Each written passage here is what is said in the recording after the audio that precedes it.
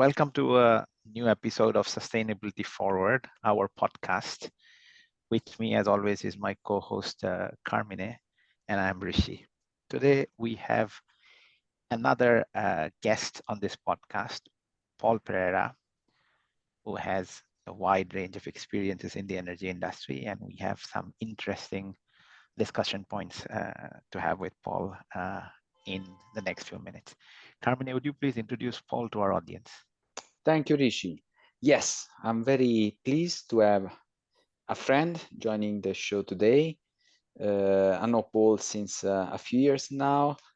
Paul Perera is a business leader with over 35 years of experience spanning military, technology, aerospace, and startups. He has held various executive roles, including program manager, strategy and planning director, and VP for technology and innovation. Paul has founded 3 startups, notably MyMaskFit and iFlux, an aviation motor company that develops hydrogen-powered motors for zero-emission aviation.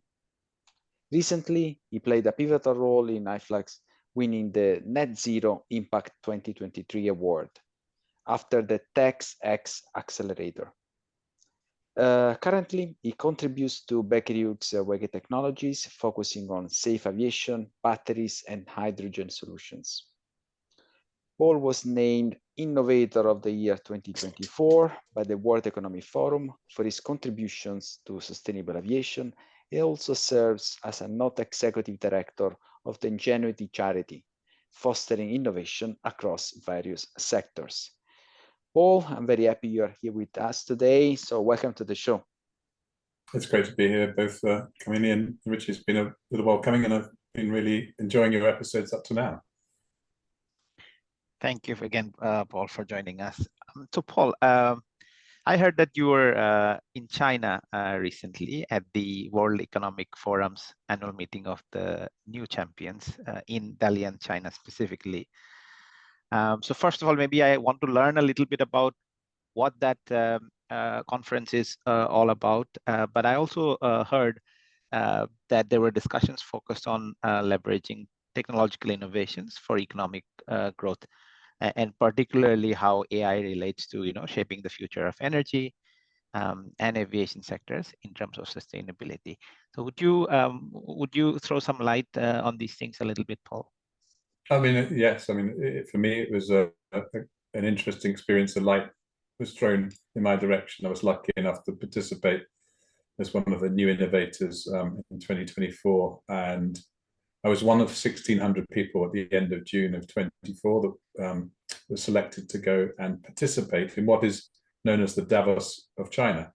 And the focus in Davos normally is politics and economics, and there wasn't a little bit of that. There was quite a lot, because of course we're entering a territory where that probably predominates where technology might go. But the real focus of the event and the forum was looking at the new champions of technology. And from that perspective, we learned a lot about AI, as you've talked a little bit in the introduction about, and the future of energy and how those two things intersect. And one of the areas that I'm particularly interested in is in aviation.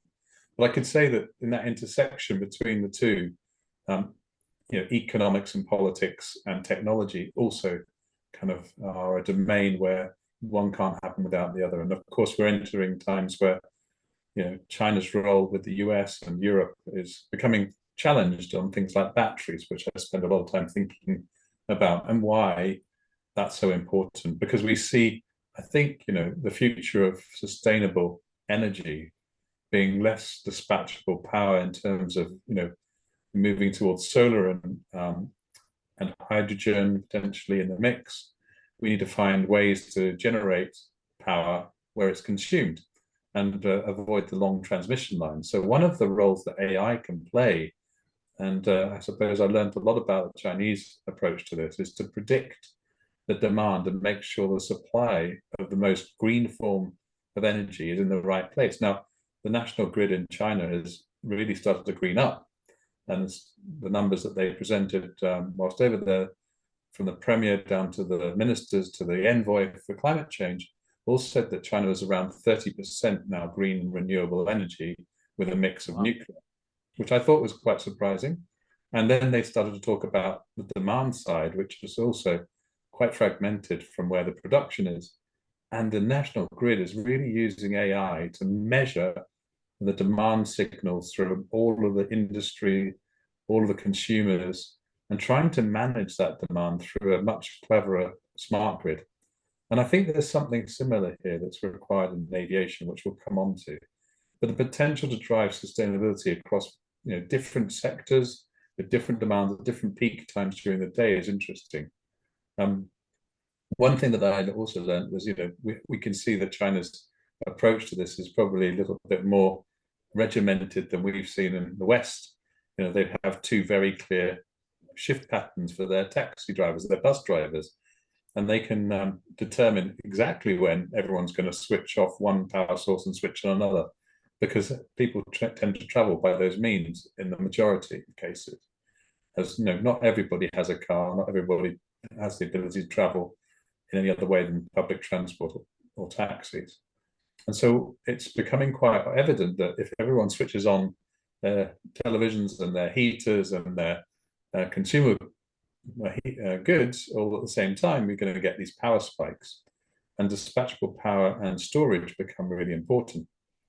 And we talked a bit about how you can optimize that by using the power grid with batteries and hydrogen in the mix, which I think is the really interesting learning from the few days that I was there.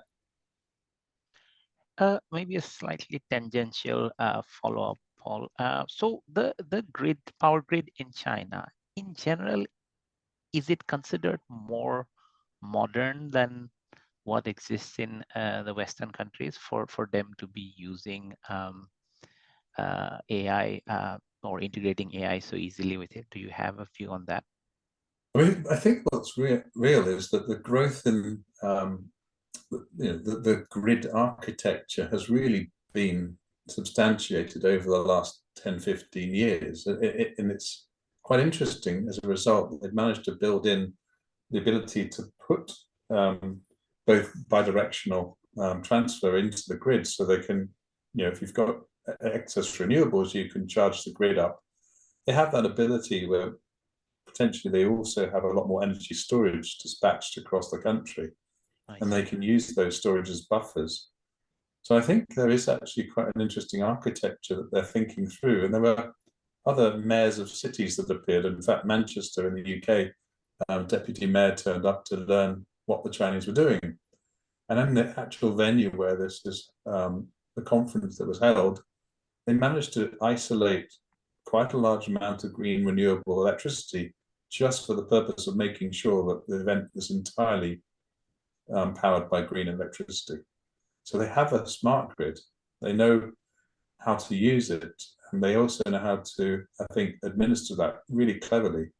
1,600 people descending in one location for the space of 4 days, and they bolstered their green renewable source, and demand was very clearly in that location, and they were able to move it where they needed it to.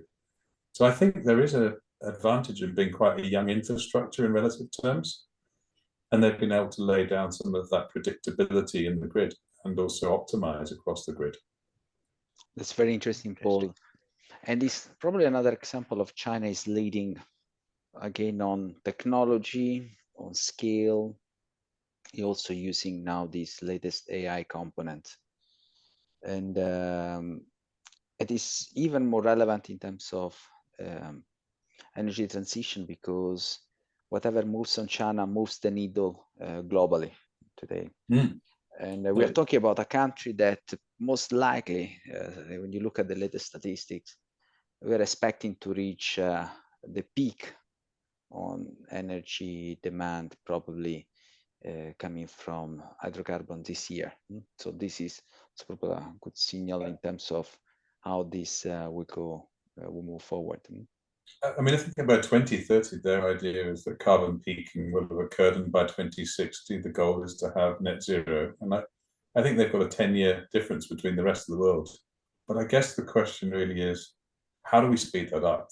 We can't let this agenda that might be on a multilateral basis in politics stop China decarbonizing, because actually we need them to decarbonize.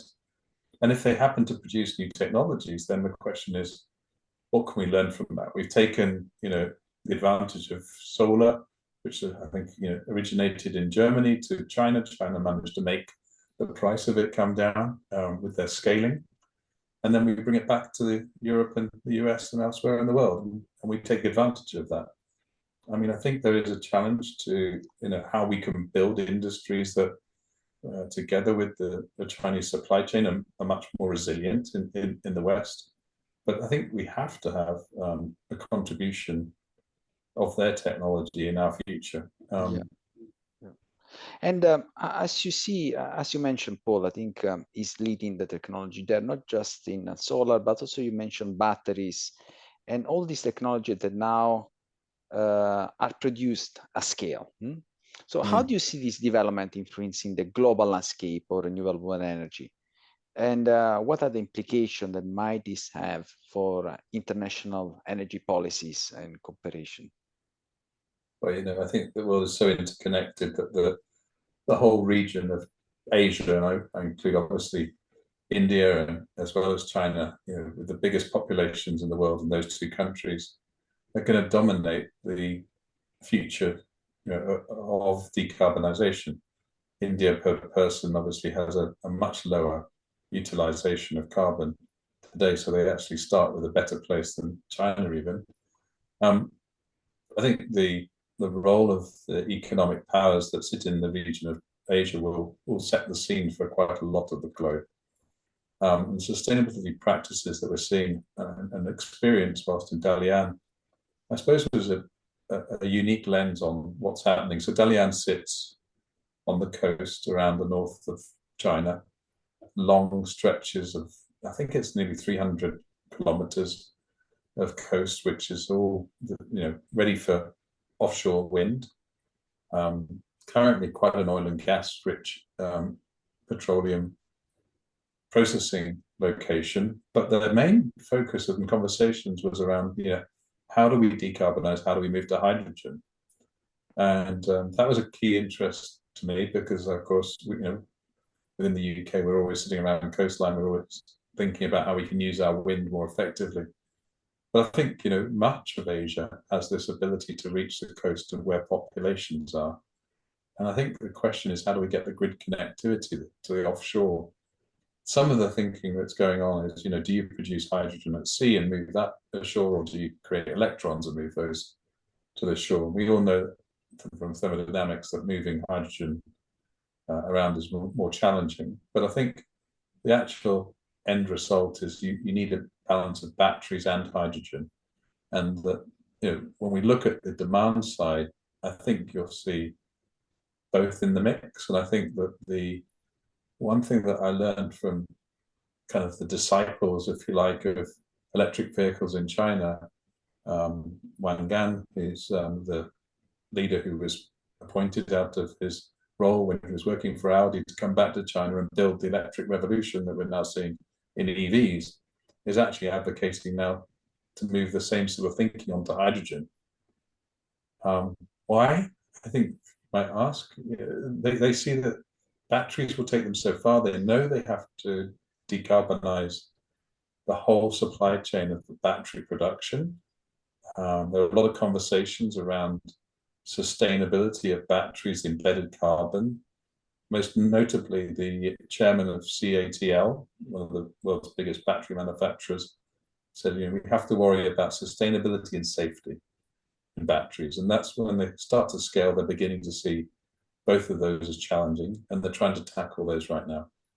The Global Battery Alliance, which the World Economic Forum set up, is working within China and elsewhere in Asia to make sure there's a good path to recycling, because we know that one thing is for sure, that there's not limitless resources of some of the critical rare earth materials that are around. So I think one of the unique things about Asia is there is a present capability to recycle electronics, consumer goods, and so on. So batteries looks like another one that will probably dominate the reprocessing environment.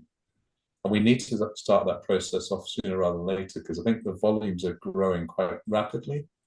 and the need's going to be there in China probably before even the West, because they've been running electric vehicles, particularly buses and trucks, and now taxis for nearly 10, 15 years. So they're coming to the end of their first life.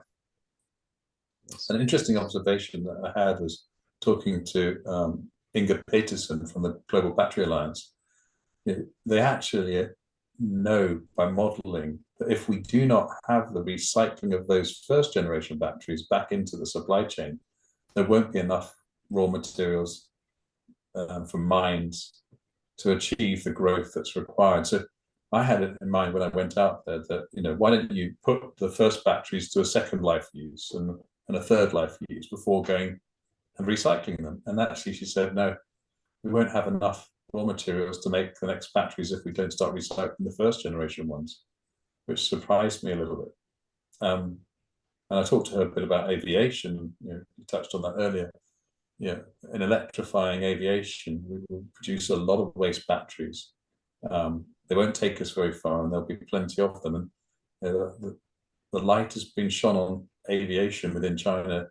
I think there's a patch of the altitudes between about 100 meters and 300 meters, which is designated for urban taxis, air taxis. So we can see sooner rather than later that the skies across China might be filled with air taxis. That'll be quite a scene. Now, Paul, maybe this might be a slightly political question, but given that there's elections going on everywhere, I might as well ask it, right?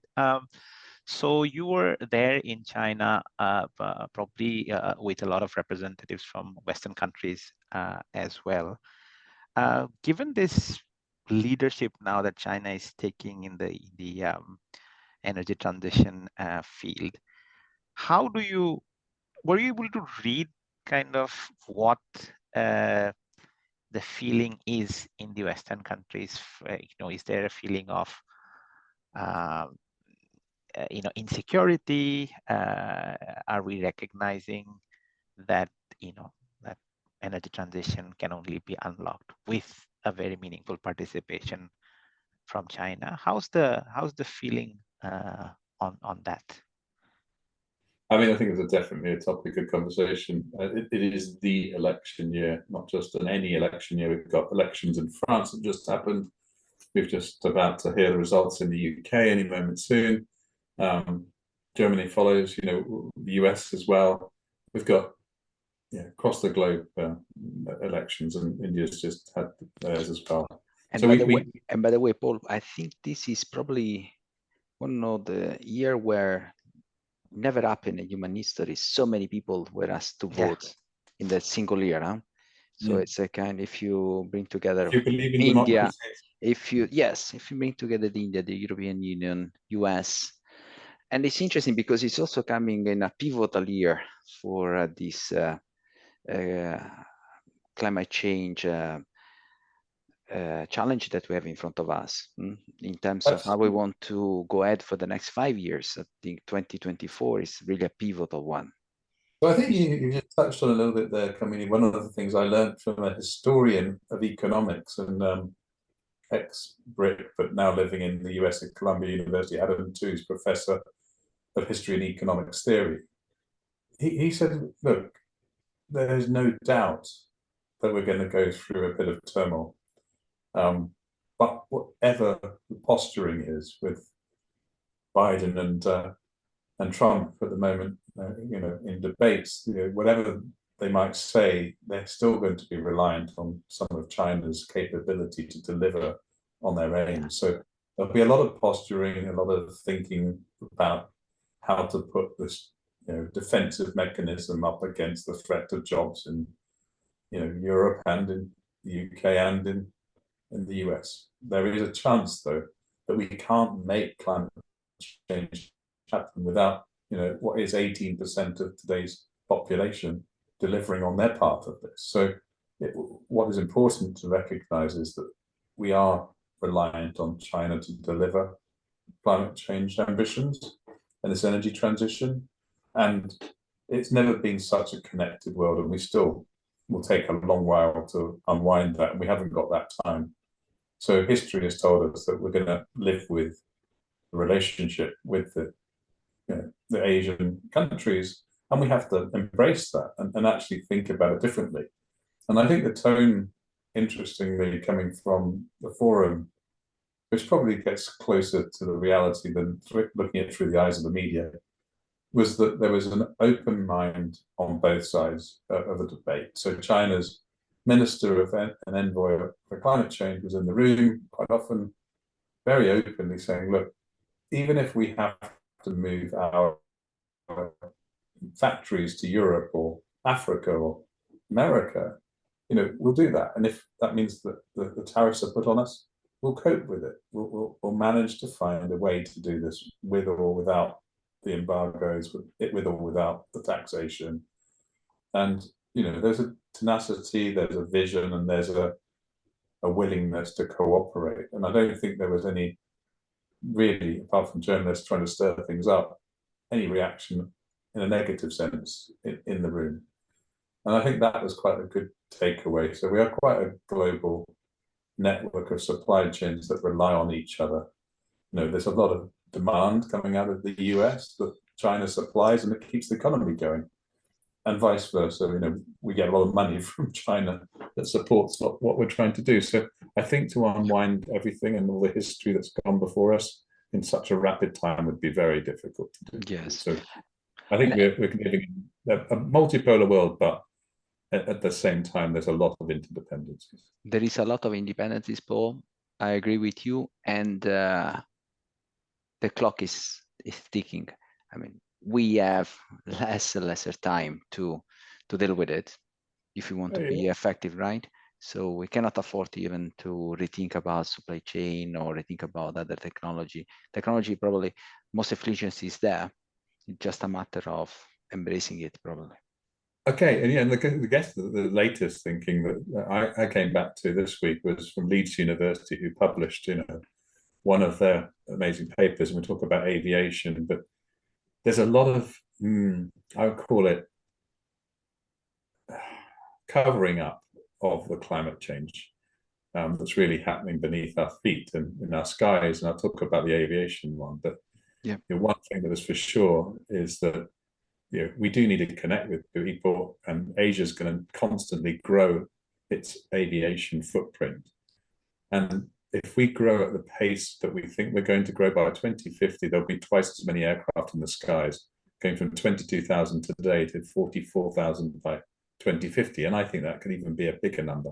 Mm-hmm. And if we continue on that path, no matter how good our aircraft are today at trying to reduce carbon emissions, actually what we need is zero carbon emissions. And that's the bit that, and it's not just carbon, it's non-carbon effects of aviation. Is because it represents by 2050 about 22% of all greenhouse gas effects. And so that's one of the areas that I spend a lot of time worrying about and trying to do something about, and it's my interest in this arena. And Paul, also before we wrap up, we have to ask you also a question that's specifically on aviation. I know you are so much passionate about it.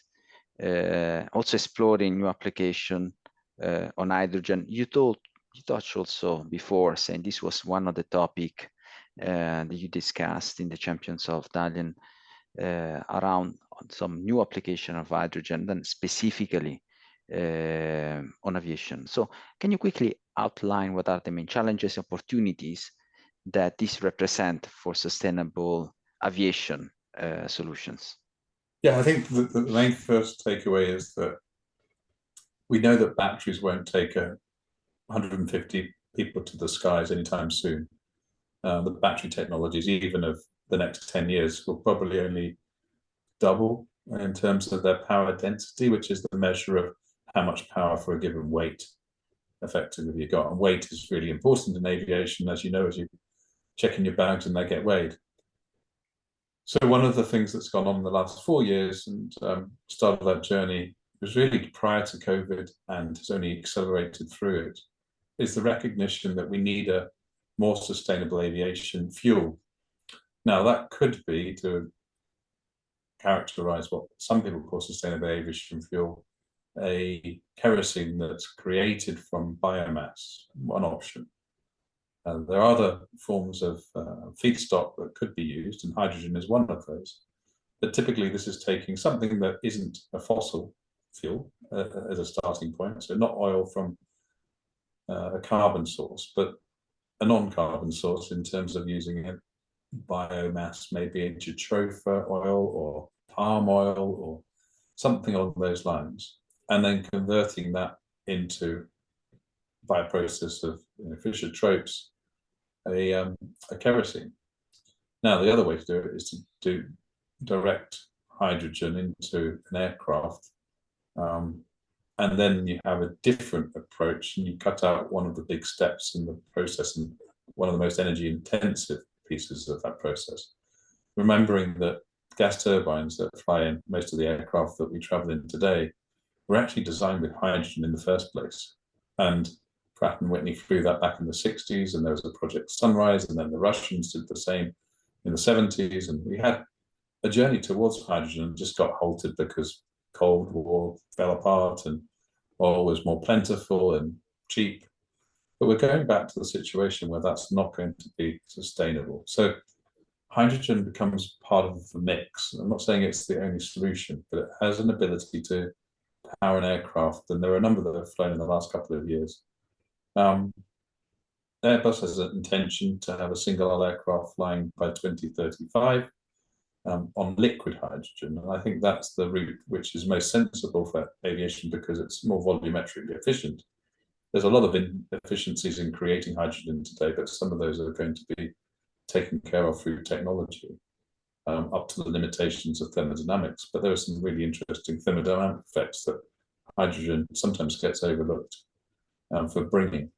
And one of those is when you bring a temperature of liquid hydrogen, which is the form that I believe aviation will adopt, and it's minus 253 degrees, then you get to a point where you can actually cool the motor. And the motor in this case is electric, but it's cooled. And you bring together that with the ability to shrink the whole powertrain to a much smaller size, reducing the weight, reducing the demand for fuel, reducing the energy that's required.